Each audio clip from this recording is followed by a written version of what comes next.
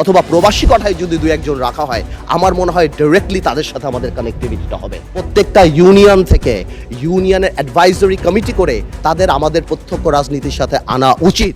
আরেকটা জিনিস very important, এটা নির্বাচন আগেও মাননীয় প্রধানমন্ত্রী অনেকবার বলেছিল, জনগণ, এটা খুব ইম্পর্টেন্ট।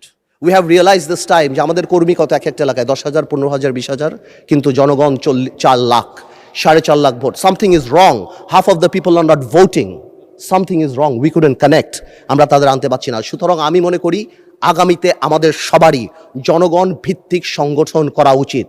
প্রত্যেকটা ইউনিয়ন থেকে ইউনিয়নের অ্যাডভাইজরি কমিটি করে তাদের আমাদের প্রত্যক্ষ রাজনীতির সাথে আনা উচিত।